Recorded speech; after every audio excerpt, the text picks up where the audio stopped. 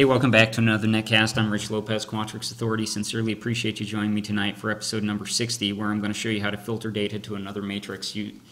Example number 3. So in episodes number 58 and 59, I've showed you how to filter data to another matrix using DataPush and DataLink, or DataNAV rather. Tonight I want to show you how to use it how you can do it when you just have DataLink. What you need to do is you need to go ahead and you need to create a filters matrix. Okay, you don't have to call it filters, that's just what I'm calling it. And I've gone ahead and I've added some items that I want to filter based off of month, type, quantity, or city, and account. Okay, and with the database matrix, what I've gone ahead and done is I've added a couple helper columns. I've added a type filter, a month filter, and a city filter, account filtered, and ID filtered. So these helper columns. And each one of these, what I want to do is anytime I have it selected here, I want if there's a match over here in the respective column, I want it to populate in the correct filtered column. Okay, so for example, month filtered, what month filtered equals is it equals if the month is equal to the month over here, go ahead and bring back the month, otherwise bring back a blank. Okay, so anytime it's 6, it goes ahead and gives it a 6. If it's 7, it will only show the 7s. Okay, that's important, and I've done that for the other couple columns, and I'll pause now while I just... So I've gone ahead and I've populated these other formulas during the pause, and so I have type filtered, month filtered, and city filtered.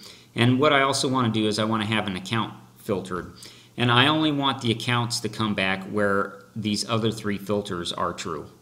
Okay? So you can see none of the 3 filters are being populated for a single account here or a single ID.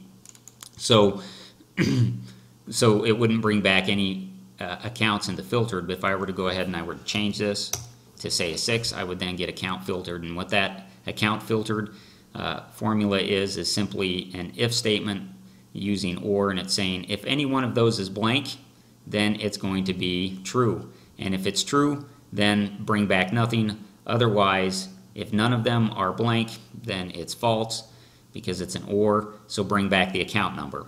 Okay, and then I also want to bring back the ID that is associated here if the ID is important to me. So again, instead of writing maybe a larger or statement, I just go out and say, well, I'm going to kind of leverage what I've got in account filtered, and I'm going to therefore say if account filtered is blank, then go ahead and give me a blank, otherwise bring back the ID. Okay, so that's only the first part of the setup. Now what you need to do is you need to go up here to Data, DataLink. Let me get there. Mouse is a little wonky tonight. Create DataLink, and I'm going to go 2-dimensional data source, and I'm going to say use the current model, and I'm going to say a database matrix, and I'm going to use headers as the category to use in my column category. And then I will kind of skip through this and do a multi-dimensional matrix. I'm going to create a new one. I'm going to clear everything from here. And what I want to do is I want to see the type filtered, the month filtered, the city filtered, and the account filtered. And I want to see those as items. Okay?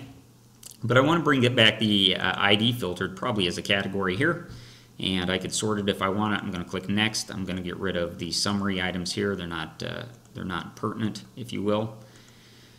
And then I'm going to remove previously imported category items that are not present in the update there. And what happens, as you can see, based off of what I have listed here, it brought back what is the correct filtered results, if you will. So again, if I were to change this from LLM to maybe Indio, Indio is the city, and I were to change this to SO10, you can see how it's dynamically changing down here as I do this. But in order to get it to work up here, because it is a data link, I need to go ahead and I need to refresh it. And again, you'd see that SO, Indio, so on and so forth, populated correctly. If I wanted to throw in LLM here, let's just see, I don't think that's going to bring back anything. So I need to change maybe my city to New York. Or NY, I'm not sure if that's New York. Change that to NY, and then I go ahead and I refresh it here. You can see it gives me a filtered results. It's also kind of giving me this pound blank. I don't like that. Can't really get rid of that in Quantrix if you have blanks in some of your data set. So what I need to go here is I would go to filter, custom filter, and I would say at data matrix 1 ID filtered doesn't equal exclamation point blank. Let's hope it works that time. And it's not working, but that's what I would do to get the filtered ID filtered. Not sure why it's not working. It's probably because I got it spelled wrong. So once you get it right, it works for you, and you can see that I get rid of the data matrix 1 or the blank error there. So that's how you do it, using just DataLink functionality in Quantrix if DataNAV and DataPush isn't available to you, and also using a kind of a filters matrix with some helper columns in your database matrix. So if you have any questions about this or anything else in Quantrix Modeler, feel free to reach out to me at quantrixauthority@gmail.com. I absolutely love Quantrix, and I want to make you a Quantrix monster. So please join me again for another episode of Quantrix Authority with Rich Lopez.